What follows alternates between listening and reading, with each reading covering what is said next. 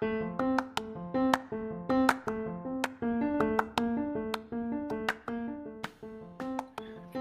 Doomer Bloomer podcast is a community for the resurrection of good ideas. We profile the hero's journey in weekly episodes and teach people about the 10 pillars framework for success in life, business, and relationships. Our mission is to find and help all Doomer Bloomers with mental health issues, poverty mindset, lack of resources, and those left behind in this world. Tune in weekly with Will S. and occasionally John Wynn as we have deep conversations with guests about the hero's journey, clown world order, and the resurrection of good ideas. To help support our community, go to www.thedoomerbloomerpodcast.com/support to become a member today. And remember, we are the cure for COVID-19.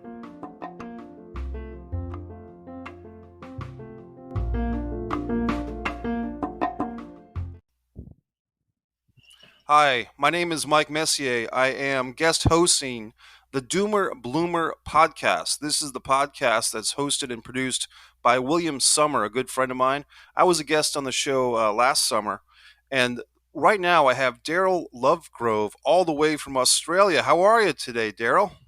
Hey, really well, Mike. Hi, everybody. G'day from Sydney, Australia. I've heard a lot about Sydney, Australia. I've heard it's a beautiful area. Were you born there? Is that where you've spent most of your life, Darryl? Or No, tell me about that. Actually, I'm a Kiwi. I was born across the Tasman Sea, just off the coast of Australia. There, you go. Look on the map, and on the right hand side, the east coast of Australia is where the major cities are, including Sydney. And then you keep on going to the right, to the east, and you hit New Zealand. And that's I was born and raised in Auckland, New Zealand. But I came to Australia as a 21-year-old because I auditioned for Les Miserables in the late 80s, and I got in. And so they flew me across to Sydney, and I've pretty much been here ever since. Darryl, here's the bio, folks, on darryllovegrove.com. I'm going to spell that. DARRYLLOVEGROVE.com. Darryl Lovegrove is a showman, an award-winning performer, and producer of some of the biggest and most popular corporate entertainment shows in Australia. As a performer, he has starred in shows like Les Mis, Chess, and Jesus Christ Superstar. He has shared the stage with talent as diverse as Sarah Brightman, Jimmy Barnes, Glenn Shorrock, if I'm saying that right. Yeah, Little River Band. Yeah. Yeah, okay, nice. And the Wiggles, very popular band. I saw a YouTube video about the Wiggles and how one of the guys was struggling with health issues, really inspirational. Oh, yeah. He just loved to perform and he wouldn't be kept off the stage. That's right. I've got to ask you about Chess because I saw the musical Chess on a videotape. It was a videotape performance of Chess. I don't know if it was the performance you were in or not, but the song "One Night in Bangkok" by Murray Head. If people remember that song, they may not realize that Chess is a whole-blown musical. "One Night in Bangkok" is in it.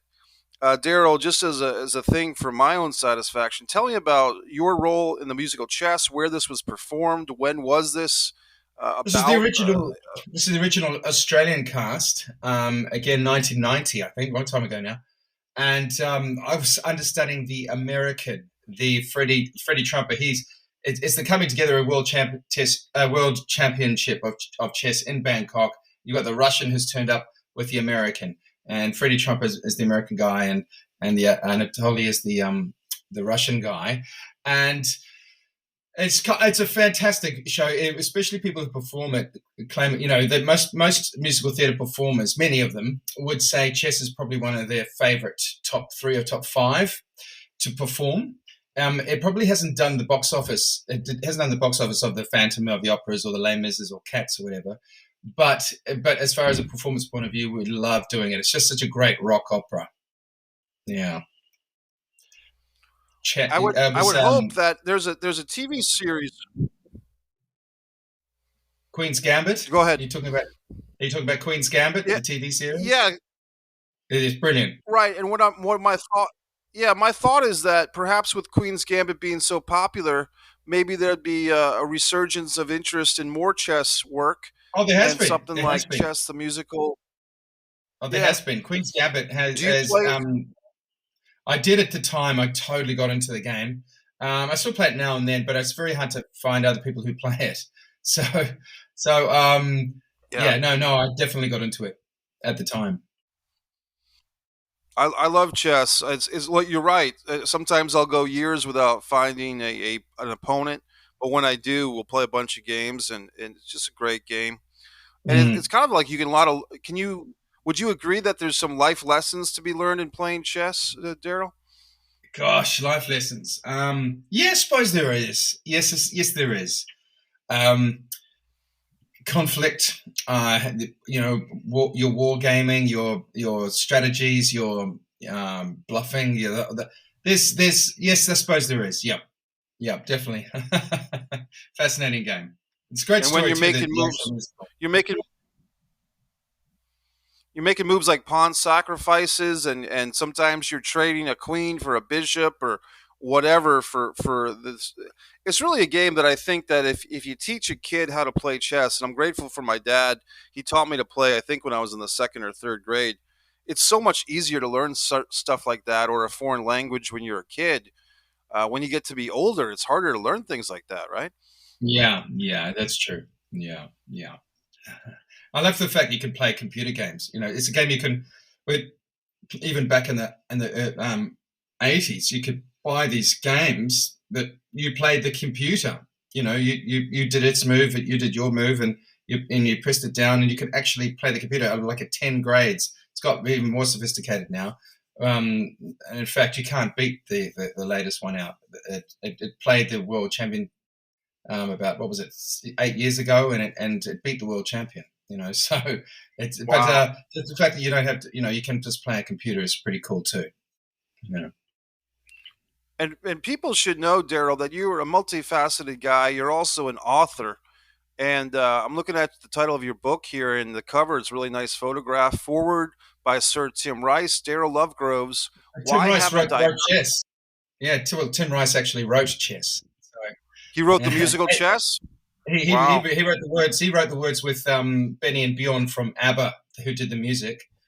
And of course, Tim Rice was also the lyricist from Jesus Christ Superstar and Wow. Evita and The Lion King and a whole bunch of others.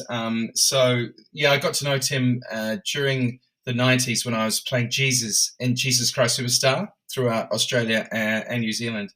And we became good mates. And I went over to England when I set up something we'll probably be talking about in a little while, this act called The Three Waiters, which is I talked a lot about it in my book. And I play cricket with his cricket team, and he booked the show quite a few times as well for his friends, and one of the biggest shows we ever did was for him at the Dorchester Hotel in London. Yeah, so he's a good mate, and he very kindly offered to do the foreword for the book. That's going to make you feel good as the author of Why Haven't I Heard of You, a blueprint for standing out in a crowded, crazy, changing new world. To have a gentleman who you've worked with, who you respect, and Mm. high credentials. I mean, ABBA, Dancing Queen, unbelievable talent with that band.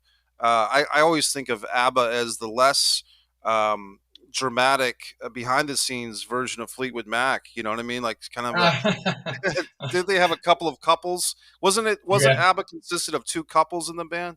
yeah, it was, yeah, But they seemed to get along better than the Fleetwood Mac, which always had this infighting. You know what I mean? yeah, yeah. It still does, I believe. Mm.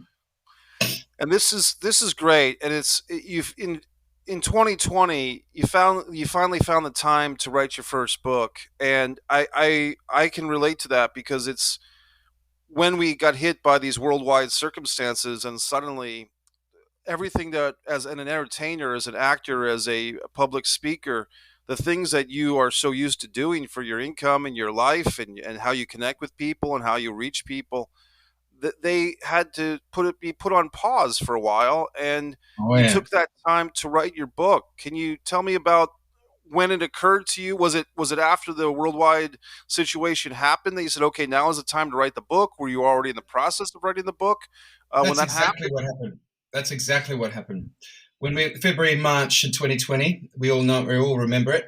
I was, my company was going great. We had gigs lined up, and I was just about to actually hop on a cruise ship and do a month going around Western Mexico and San Diego with one of my acts. We were going to have a great time, and we had a lot of work with a number of my acts around Australia. And we had to get our head around all of a sudden that the whole thing was cancelled. Everything was cancelled all around us and was just going crazy. And I sat at home for a little while and thought, what the hell am I going to do?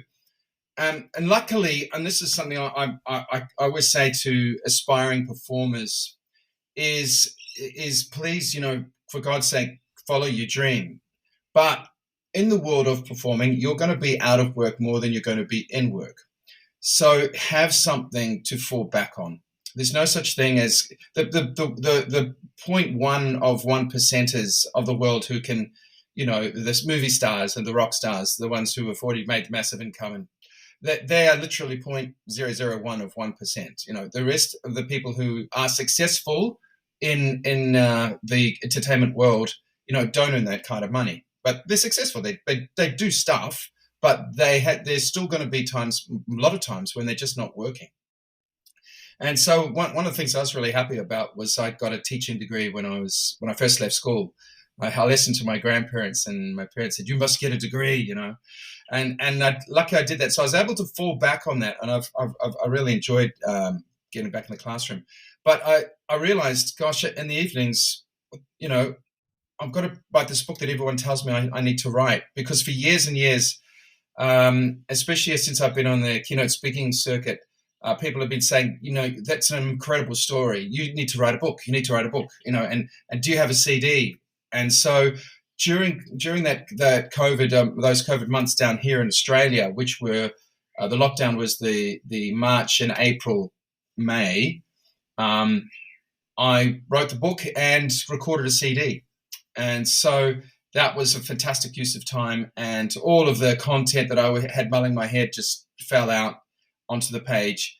And I'm really proud of this book. I think it's a personal development book. It's a business book, and from someone who can walk the talk, really, of building businesses up overseas, of being in the world of theatre, and all the trials and tribulations which go with that are sort of entrepreneurial lifestyle, risk-taking, all those sorts of things, and continually meeting, difficult situations which you just have to overcome. And so it's a book about resilience. It's a book about purpose and taking action and focus. And that's what I tried to do, and it's going very well. Darryl, let me ask you. I've got a bunch of questions that came to mind as you were speaking. Here's the first one. What was your childhood like? How would you describe that? It was a fantastic childhood. My first years of my life, when I was 7 months old, my father worked in Malawi, Eastern Africa, as a lecturer of law and helping out with sort of setting up law practices in Blantyre, at the University of Blantyre there in Malawi. And then when I was about 3 years old, we moved to Geneva in Switzerland. Dad got a job working for the United Nations law office and a law relations office. And so I went to school there as a 4-year-old in Geneva. My brother was born there. And when I was about 5.5, Mum and Dad split up, and my brother and I came back to Auckland and with Mum. And Dad went on to live in Hong Kong for 10 years, and we would go and visit him twice a year from New Zealand. So I had an extraordinary, I grew up in an African sort of village, really, for my first 3 years.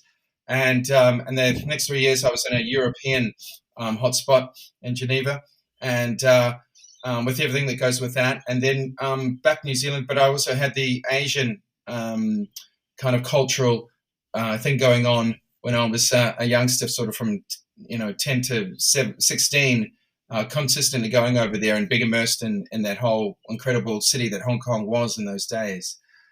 So I'm very rich. And I went to boarding school for 8 years in Auckland. And eventually then got my degree and came to Australia as a 21-year-old actor, aspiring actor.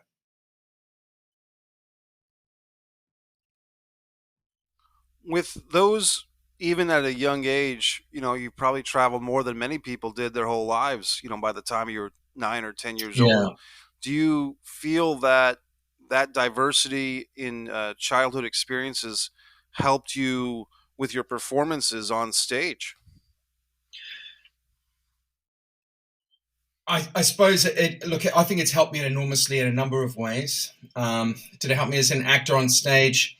I'm not sure about that, but certainly in my life mindset, it has enormously.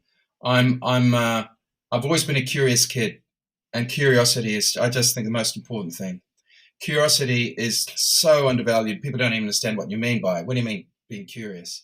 And you either kind of are or you aren't. I think inherently, I think you can become more curious if you put your mind to it. But curiosity is just this never-ending appetite to find out what the hell this is all about, and to really embrace the massively wonderful different cultures that are out there, and to learn empathy, and to learn understanding of where other people are coming from.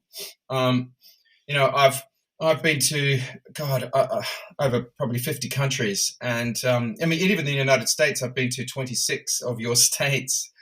So I've done a hell of a lot of travel over the years, and most of the continents, and I can never get enough of it. Always love traveling, and love seeing how other people do it. And I'm one of those guys who don't stay in the hotels. I get out and really like to walk the streets and find out and eat, not eat at the main places, but eat the little tiny nooks and little restaurants that the locals eat at, so I can get a good idea of what it's like. Beijing and Shanghai, the first time I was there, I wanted to go deep into the city, Yes. way away from the hotel, and learn what actually people do every day, and where the supermarkets they go to, and look at their products on the supermarket shelves, and go into the little funny little places to eat, and eat things that I've never seen before, and all that kind of stuff. I love that thing, and I think that is a result of seeing a lot of the world, um, and really understanding that we're all sharing it. There's this whole thing of so and so being superior to someone else is ridiculous. Ideas and the just choices we make, there's certainly superior choices and inferior choices people make, but as actually the who we are, in our individual racial makeup, we're all in this together, and we've got to look after each other. Well, that's true. And I mean, what you just said, we've got to look after each other. If ever there was a time to be grateful, for me, to the healthcare industry, the doctors, the nurses, the EMTs, the people that have probably gotten very little sleep over the last 2 years or so, because their profession has just been really superhero status for all those folks who work in the medical industry, because they've been taking care of us. And not to, I don't consider it a political thing, but for me, that's why I was very happy to go get the vaccinations for this pandemic, because I wanted to. Yeah, I didn't want to be a part of the problem. You know what I mean? I didn't want to be Mm, another person in a hospital bed when some kid with cancer or some person with leukemia or somebody needed that hospital bed. I didn't want Mike Messier taking up the spot because I didn't want to yeah, get a vaccine. You know what I yeah, mean? good on you. I'm getting my first jab next week, and I should be fully vaccinated by September the 2nd. You've got to do it, people. You've got to do it. Anybody sitting there going and thinking, oh, these conspiracy theories, it's so pathetic. You've got to stop it, and just get out and get immunized, because and I'm really pleased to see that there's this move saying, well, if you don't get immunized, you're just can't go to the theater, you can't fly, you can't not going to be able to do just normal things. And I'm totally for that. We don't have to pay anybody any money to do it. You just have to threaten them, say, look, it's fine if you want to be recalcitrant and think you're smarter than everybody else and not get immunized. You're going to be, as you say, Mike, you're going to be part of the problem, and you're just not going to be welcome in areas of where there's public, sports centers or the theaters. You just can't go. That's the way it's got to be. Yeah, I just had a normal and thank you for your patience because we had a little bit of here at the Doomer Bloomer podcast. Guest host Mike Messier taking over for Will Summer this week, the producer of the show. Because of the time differences, we had a little confusion. I actually had a doctor's appointment this morning. That's why we were doing this morning for me, which is like the middle of the night for you. So my doctor, I just had a regular checkup, Darryl, and he told me that the doctors here are getting nervous. Like the medical industry here is nervous because of this. They don't have beds for people, and like I said, not to beat this soapbox anymore, but if you're on the look, there's some people that just aren't going to get the vaccine. They're just not going to do it. But if you're an on the fencer, if you're kind of wavering and you're still open to influence and opinion, take it from Darryl and Mike, please, by all means. Now is your time to be part of the solution and help this thing. And let's get through this thing so we can get back to life. One of my great pleasures, Darryl, is seeing live theater. That's why I'm pretty intrigued, and I'm spending a lot of time talking about your theater performances. I'm an actor myself, an acting coach. One of the things you were talking about, I guess I'd like to expand upon and explore a little bit with you. It's not easy being an actor. And a couple of weeks ago, I'm in the local coffee house, and a friend of mine who hangs out at the coffee house, he's a good guy. He's about 35 years old. He works in the prison system. He's a prison security guard, and he's doing, something like you'd see on the TV show Oz. Is what I always think of. Oh, he's actually doing the cavity searches of the inmates, and he's checking their things and all this intense stuff. And this guy, tells me he sees what I'm doing with the computers, and I've always got a stack of scripts, and sometimes I'm doing podcast stuff from the coffee house. And he tells me that he wants to be an actor, and I said, okay, we'll sit down. And I basically went through it, and I said, what it appeared. I said, well, you know what? We're in Jacksonville, Florida. Atlanta, Georgia is a big spot for movies. Tyler Perry's got a studio up there. Georgia is a tax credit state, meaning they do a lot of SAG-AFTRA films. I said, you have real life experience as a security guard. They always need movies with security guards and prison, security actors and stuff like that. Well, this wasn't good enough for my buddy here who's never done any acting in his life. So he points to the TV. There happens to be King of Queens sitcom with Kevin James on TV. And my buddy here says, no, I don't want to do all that. I want to be like Kevin James.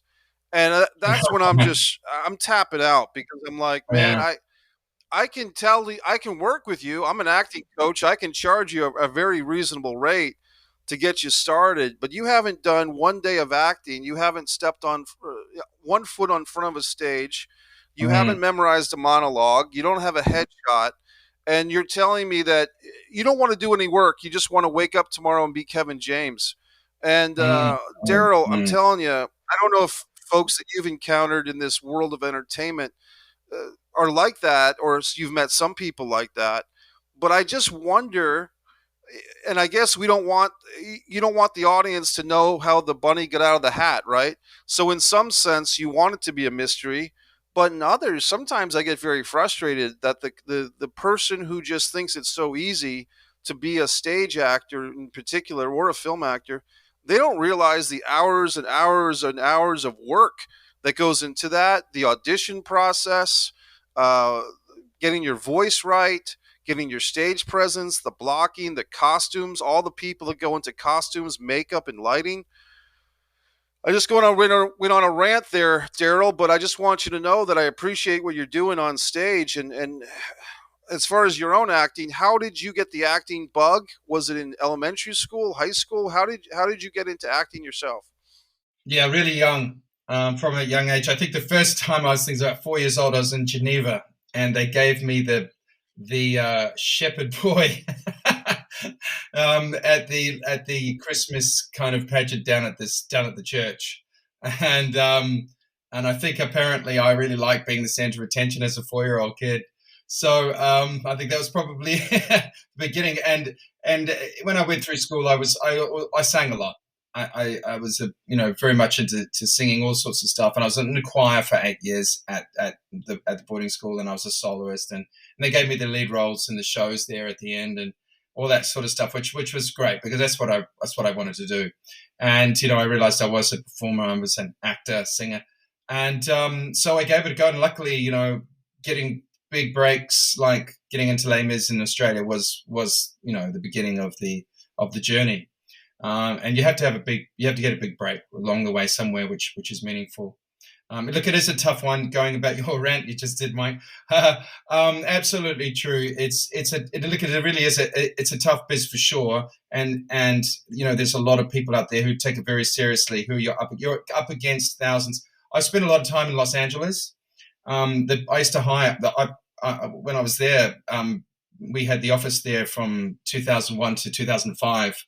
All my performers were aspiring actors. Though most of them were opera singers, first and foremost, but a couple of them were also trying to get into the movies and the TV things, and they would constantly audition. And I saw that world firsthand, because I would rehearse in studios, which I remember the Debbie Reynolds studio next door.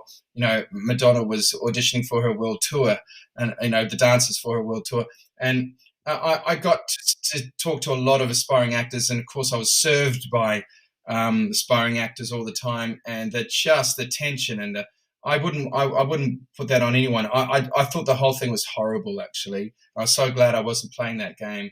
But there's some people who are okay for that. They've got a tough skin. They're willing to go in and get the constant rejection until hopefully one day their agent rings up and says, "Hey, guess what? You got the part." But you've got to play that game. You've got to be with those people. And look, they're not warm, lovely people. People in Hollywood, they're just so business minded, and they don't care about you, even though they smile and say, "How are you?" and "What do you got for me today?" and all that kind of stuff. And yeah, well, thank you. We'll call you. It's a really, really tough business. And I used to just watch it as an observer and think, "Oh, I don't want anything to do with it." But the people who are there who've made it did want something to do with it, and they are the 1% who persevered and got through. What you don't hear about is the thousands and thousands who gave it everything they got, threw the kitchen sink at it, and unfortunately had to eventually realize, I'm just not going to make it. It's a tough gig. Yeah, it's a tough gig. It's a tough business. On a different note, just to kind of balance that a little bit, I always tell people that, look, if your life situation is not such, or even if you don't want to move to Los Angeles or New York or Chicago, or there's a community theater in every town that needs good actors, and there are plenty of people with quote regular lives, the wife and kids, or the husband and kids, or no kids, or whatever, but they're living a normal life, and they're doing the community theater and maybe local independent films or student films. So there are plenty of opportunities to broach the creative outlet of acting with a non-Hollywood. Yeah, but that's a great point, Mike. This is something I tell people too, is that they say, "But I want to act. I want to act." And I say, "Sure. So why don't you go and find the nearest amateur dramatic company around you and do a show for them and see what it's like?" And of course, that's very intoxicating. You're right. The local productions was going on. You're going to meet the most fabulous people you'll ever meet, and they'll become friends for life. And you're both trying.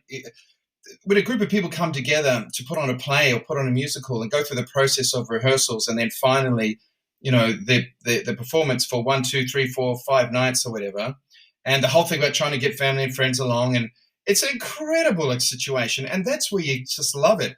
That's when you go professional, you find yourself not loving it so much because it's a job, and it's different. So you hit the point right there. If you want that outlet, if you're a performer and you want to experience that thing of acting, then for God's sake, go and act in a local production somewhere. They need you. They're wanting you to turn up and audition for them. And that's the time you'll really love the art of it itself, the craft. You'll love it more than you probably would if you were a professional doing it. Waiting on the next job and the next job, and the inherent problems that go with that. So that was great advice, Mike, about taking it local and doing whatever's going on around you. Yeah. Well, when I do acting coaching, Darryl, I ask the new student, do you want to be an actor or do you want to be famous? And Yeah, exactly. Most people sometimes want to really be famous. if you want to be famous, go to the Super Bowl and go streaking during halftime and see what happens. You might go to jail for a few years, but you'll get your fame. If you want to be an That's right. actor, start taking classes. Yeah. Darryl, you've been doing, I believe, corporate entertainment and quite well recently, or for several years. Tell me about how you segued into corporate entertainment, producing shows in that realm. Tell me more about that. Yeah, look, this is the big story, and this is the big story of the book. Because personally, I know there'd be some people sitting there going, what does he mean by corporate entertainment? And I think you guys in America call them industrials, where basically, when you think of corporate entertainment, I'm talking about events industry entertainment. So the events industry is massive in the world, and none so much more than America, which I had 10 years of experiencing at the very height. And it's basically in the area I'm experienced in is the gala dinner, where so it's awards nights, it's charity fundraising nights, it's wedding receptions, it's corporate companies coming together to celebrate, to wine and dine with their staff and their clients. It's all about all sorts of reasons to sit down and have a 3-course meal. Maybe there's some speeches, and hopefully there's some entertainment. And if there's entertainment, that's where I came in.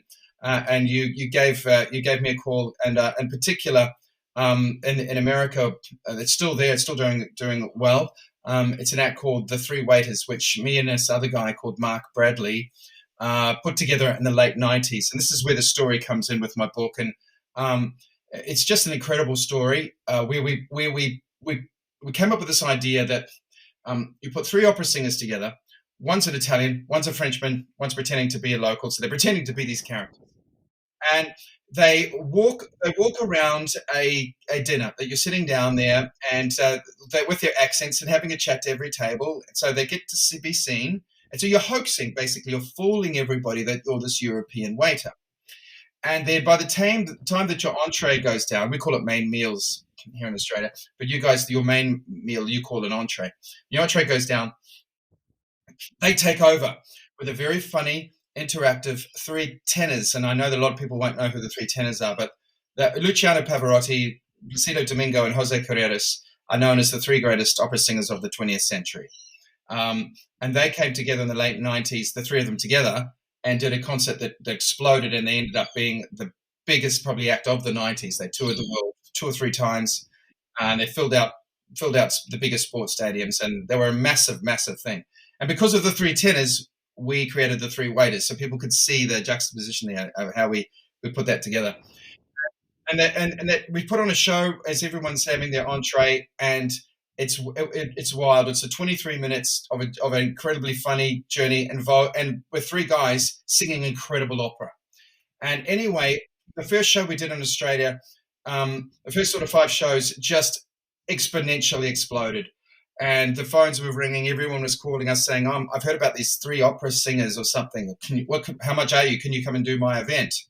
And so it just went ballistic, went just stupidly ballistic in Australia. And within 2 years, we realized, this is massive.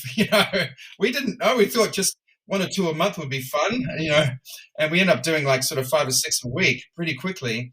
And we took it to the UK, to England in 2000, and we took it to the United States in 2001.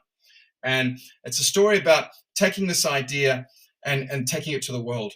And to date, just so listeners know, well, how successful was it? Well, by 2003, 2004, we knew it was easily the number 1 act in the world.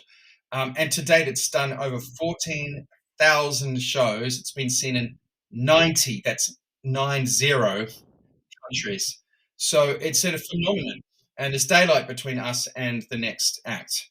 It's a massive success story. And along the way, it took a lot to set things up in other countries, to form companies, to start again with a country that a market that has no idea what you do, and you have to get the word out there. You have to get the message out there. You have to sell it. You have to get the right people involved, and you just see the train starting to get out of the station every time, the momentum build and the wildfire effect of the ripple effect that happens. So it's an extraordinary story, and that I tell in that book, and then I talk about also how after 2009, actually 11 years, I sold out. I was able to sell out of the whole act, and I developed my own business, Lovegrove Entertainment, and put together 6 or 7 acts here in Australia, and they've done very well as well. And so I've been a successful entrepreneur in the corporate entertainment world, and I was probably around the mid sort of 2000s. I was in Scotland one night in a place called Turnberry, and the guy who had flown us up there, I was doing a 3-waiter show. The guy had flown us up there. He'd just seen the show because he was the event planner of this whole 3-day conference. And he sat down with me and bought me a drink. He said, "Wow, what a show. It's this incredible show. Thank you.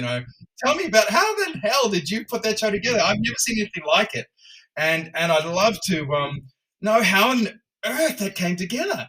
And so I said, "Oh, okay. Well, okay." I was thinking, "You sure you want to know?" He said, "Yes, please. Tell me everything. Tell me everything." And so I started telling the story, and every sort of 2 or 3 minutes I go, "I'm not boring you, am I? This is okay, isn't it?" No, keep going. He would say, "Keep going, keep going." So I kept going. And it took about 45 minutes to tell the story of how it came to the present day. And he sat there and he went, I'm a conference organizer. I organize this conference. The last 3 days, we've had 3 or 4 of the biggest speakers in Europe and America come here. And I think it was a big insurance thing or something. Come and speak to us. And I paid, £10,000 for each of them. And, they've been great. But what you just told me, the best story I've had for the last 3 days, you need to tell your story to the world. And you need to get out there and tell, because that's one of the most inspirational stories I think I've ever heard. And I've heard a lot of speakers. So that's what made me think about one day, telling the story. Of course, by that stage, I was so tunnel visioned in the business and what we were doing that I didn't, I thought, no, I'm too busy doing the 3 waiters all around the world. We had, 100 opera singers working for us. So we would sometimes have in the world, 10 shows going on in one day all around the world, 10 different teams out. And so there's a lot to get your head around. I wasn't performing on all of them, obviously. I only ended up performing about 10% of them. But it's always flying, always staying in hotels, and trying to also be a husband and a father at the same time, a growing young family, and flying fast distances all the time, because I live in Sydney, and I'm always going to America, always going to the UK, always going to Asia, and it's a lot of flying to be done. But somehow juggling it all, and that's a little of the story. And then, of course, you've got the 3 big things I've had to deal with were 9/11. 9/11 was a massive bolt to us. We'd only been in America for about 6 months when 9/11 happened, and everything just collapsed. And so there's always how to deal with the fact that everything's going in the right direction, and then bang, you hit a brick wall, and you're faced with a huge problem. And how do you get yourself out of that problem? And then, of course, was the global financial crisis, which was at the time that I was selling the business, and that affected the events industry massively, and still has, I believe. I don't think we've ever truly got over that. And then, of course, now there's COVID, where around the world, everywhere, all the events industry is shattered, like many industries. But the events industry, I would put us at the top pedestal as more than anybody else. There's been very little government support for the industry. There's just been no events to be put on in the last 18 months, and it's a very, very, very tragic situation. So I've actually had to fall back on my school teaching, which I've enjoyed doing. But so it's all about overcoming adversity. It's being passionate. The book's about really realizing that this is not a dress rehearsal. And that's really comes down to your argument about getting vaccinated. This is not a dress rehearsal. We have to get on with it. And now we have to make the right decisions now.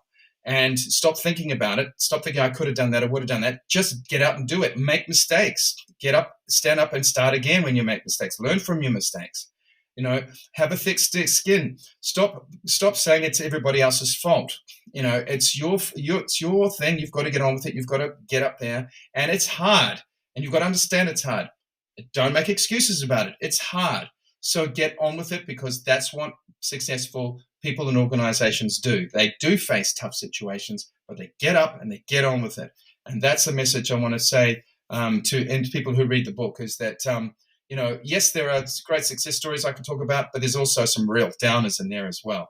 And my life's about that journey, the up and down journey, that I want to share with everybody, and hopefully inspire people to give it a go, do those things that they've always thought about, but maybe now is the time to pull the finger out and really get into it and do what you follow those passions, follow those dreams, but understand that it's not an easy road. And I created a blueprint. I call it, a blueprint for standing up. And I go pretty deep and pretty micro in some areas of the kind of actions you're going to have to take. And there also is a section on, my overall business ethos, and a section of the micro of how to. So that's what that's what the book is really all about. Darryl, that's great. Hold up the book again, and this time hold it up for about 10 seconds so people have a nice long view of it. It's a nice photograph too. Who took the photo of you for the cover of your book, Darryl? A great Sydney photographer called Joyce Ong. We set up a little space here, and we took the photos. Nice little yeah. Got to get a good photo for your cover of your book. Well, it's important. I actually used the pandemic time to publish my first novel, A Distance from Avalon, When the Dying and the Dead Reunite. It's a gothic horror. And then about 8 months later, I published a Kindle version only film primer for those looking to get into the world of low budget, no budget, and student films, just some roots of the earth thing. And it was one of those things, kind of similar lesson that you learned, which is, wow, we've got all this time on our hands, and as entertainers, we always want to be dealing with the public, but what can we do that is not with the public? And that's writing. That was the answer, was for me, and it seems like for you, that was the time to get your fingers going on the tapping, right? Oh yeah. I gotta be careful how I say this.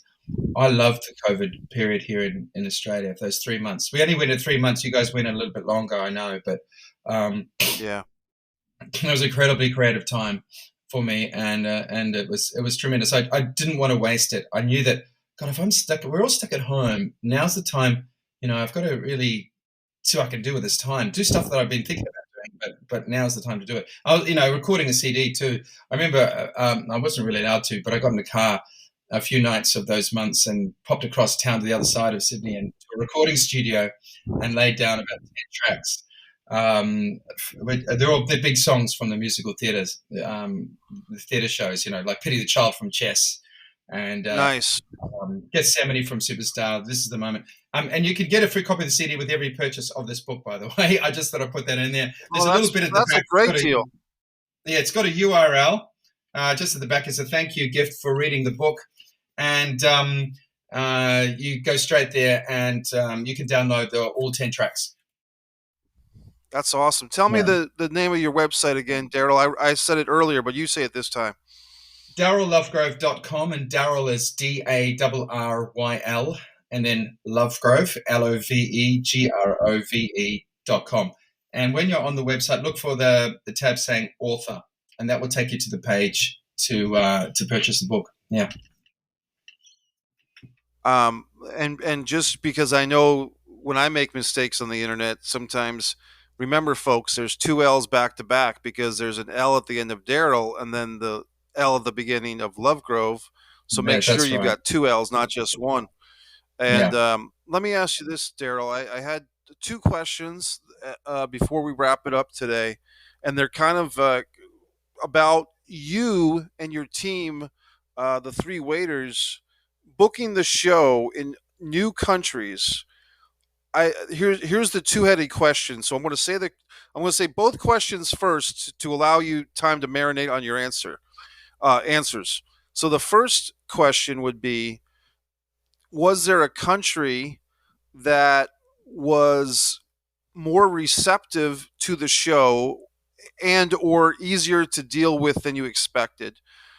Like a country that Yeah. you thought, man, this is going to be a challenge, this is going to be tough in the audience.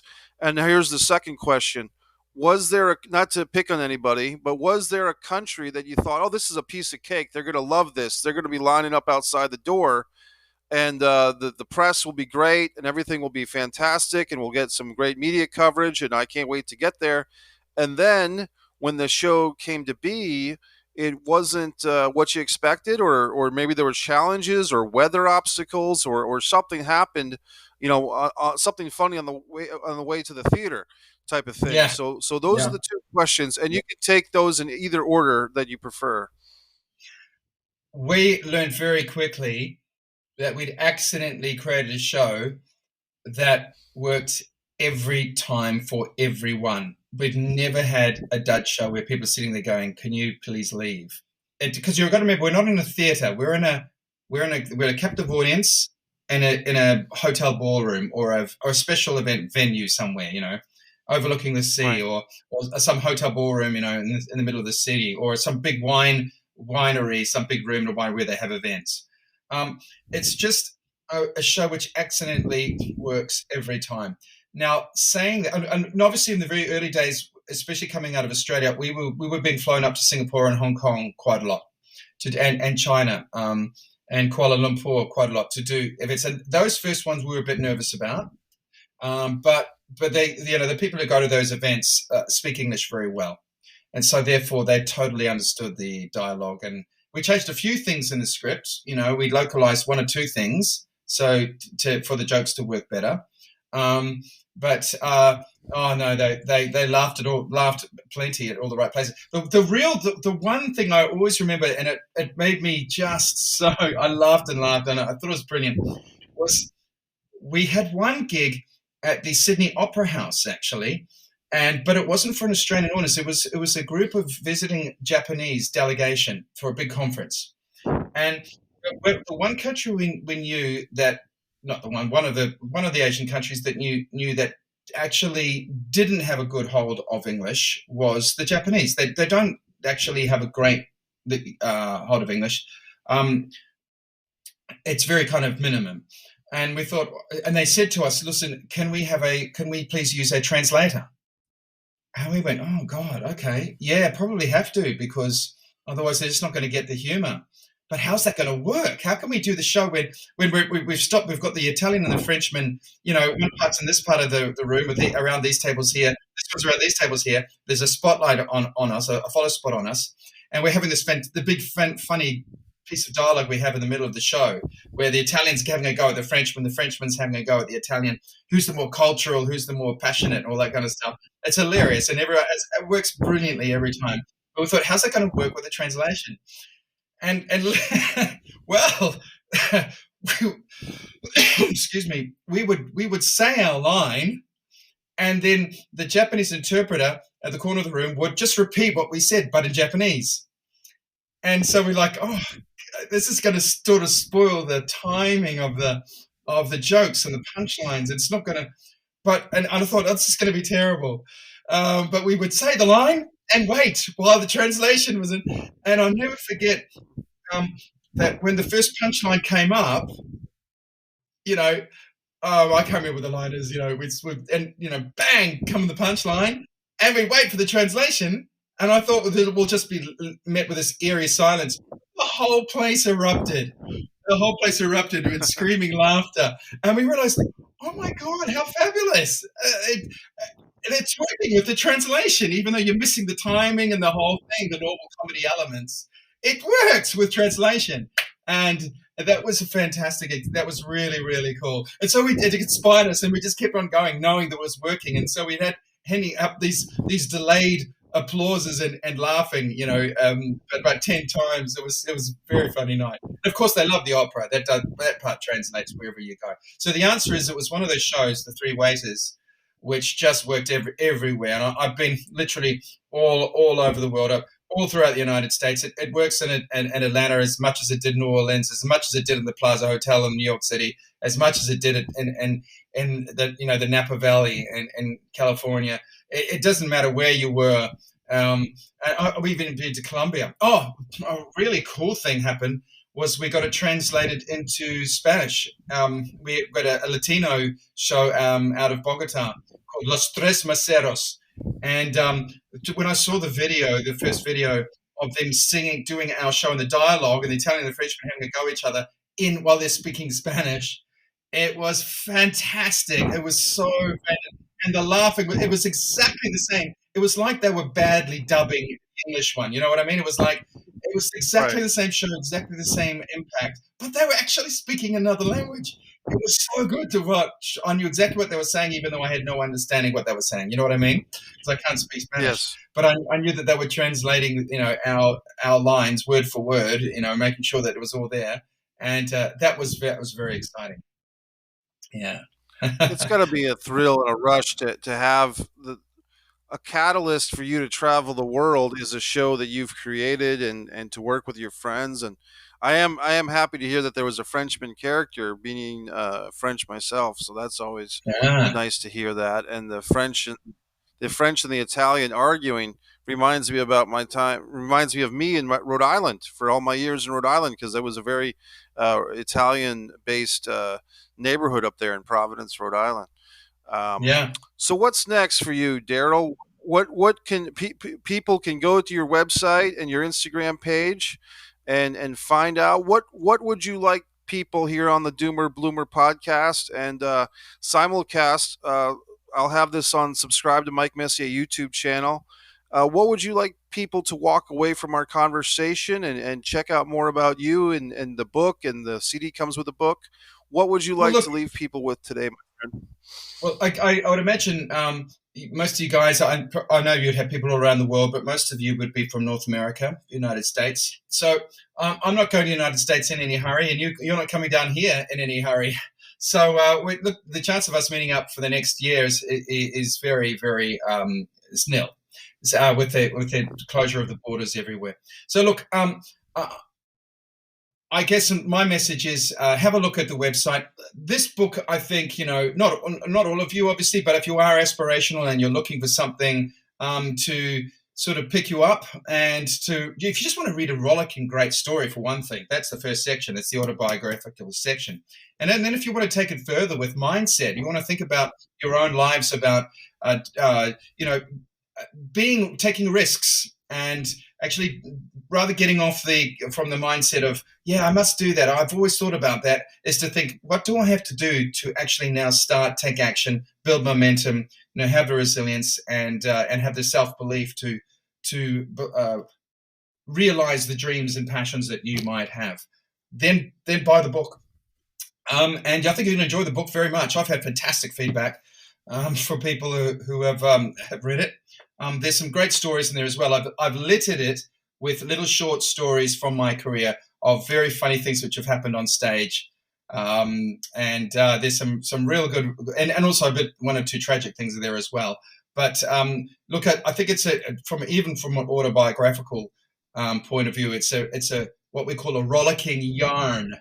And but there's lots of business stuff in there as well that I think you'd get a lot out of. So I think that's really what I can share with you all today. You're going to enjoy it a lot. DarrylLovegrove.com. Please get in touch with me and let me know what you thought of the book. I'd love to know, love to hear. Darryl, just real quick, as you were speaking, it makes me think of that. I believe it was a Teddy Roosevelt quote. It's the man in the arena, or the woman in the arena, which is battered and bloodied and sweaty and facing the crowd and the critics. that's the person who matters. And I feel like your book is going to be, it is a catalyst for people that are kind of hedging their bets about life and wondering what they should do or if they should do anything. And especially with this 400-pound gorilla of a pandemic we've been dealing with, that's almost like another dog ate my homework excuse for people not to fulfill their life's destiny. But get that vaccine, um, take on the world, take on these challenges, because as you said, time is fleeting. We don't have 2 or 3 lives that we can use and then say, well, the next round of reincarnation I'll do something productive. You got to get Yeah. it now while you can, right? Gotta get it done now. Yeah, you do, absolutely. It's actually very exciting, the future. It's very grim at the moment. No one's happy. Everyone's miserable at the moment. I get it. But at the same time, I think actually the future is incredibly exciting. Exciting books, exciting time. These with technology, it's all crap at the moment. I think it hasn't helped us at the moment very much with our mindset, but I think it's going to in the future. I could be wrong, but I'm excited about the future. By the way, Mike, I also thought that it's also available on Amazon, so you don't even have to go to the website. But it is available on Amazon. Hey, I'm a big fan of a guy called Andrew Yang, who's just run for the New York mayoral office, and he was a Democrat thing. That's another great book, The War on Ordinary People. That's a book I recommend as well, just to let you know what's happening in the future. And he's got a fantastic idea called UBI, Universal Basic Income, and along with that is another book I recommend, Stephanie Kelton's The Deficit Myth. Those are 2 books I think that are going to have huge effect on what's happening in the future, and they will be both seen as very much visionaries. So that's something that I always like to recommend as well.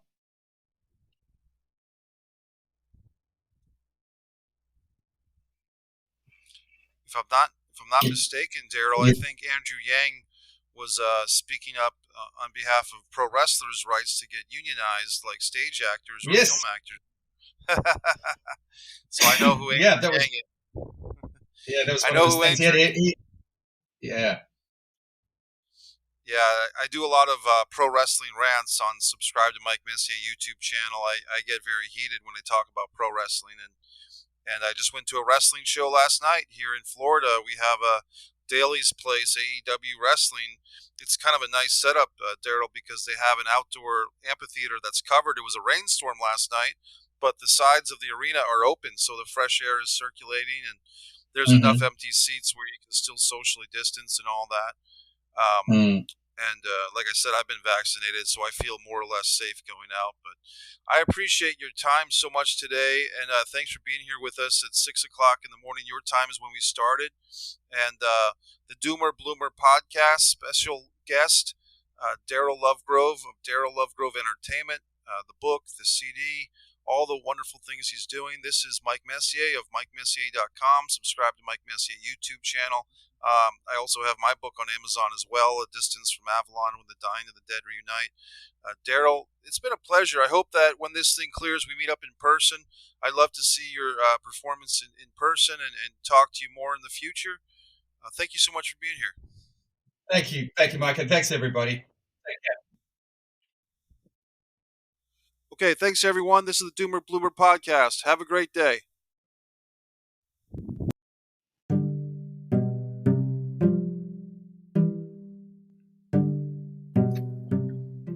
Hi there, this is Will with the Doomer Bloomer podcast. If you enjoyed this content today with Darryl Lovegrove, coming all the way from Australia, check out his website, DarrylLovegrove.com, and his new book, Why Haven't I Heard of You? Special thanks to Mike Messier of Subscribe to Mike Messier YouTube channel and MikeMessier.com for doing this interview this past week for me. I've been taking a bit of a sabbatical just to get my head screwed on straight again and put out more, better, and interesting content for those doomer bloomers stuck in poverty mindset, lack of resources, and need a little bit of help in this world.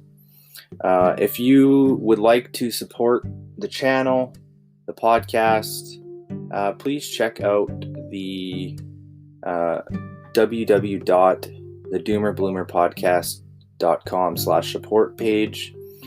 There's a members area there where you can join the Patreon. You can donate directly. In the future here and moving forward this fall, I'll be working towards getting a coaching program up and running. The Doomer Bloomers 10 Pillars Framework to Success, Life, and Business and Relationships. Realistically, if you would like to see that proceed, become a Patreon subscriber, either at Alexa level or higher, and I can give you some resources and point you in the right direction to build your own platform and get your own community of people doing interesting things started. As always, you can reach out to myself at Doomer Podcast, at Doomer Bloomers on all other platforms, Facebook, Instagram, or my personal Twitter at Bill_Summer. Have yourself a great and prosperous day wherever you are in the world. Once again, thanks to Mike Messier and Darryl this week.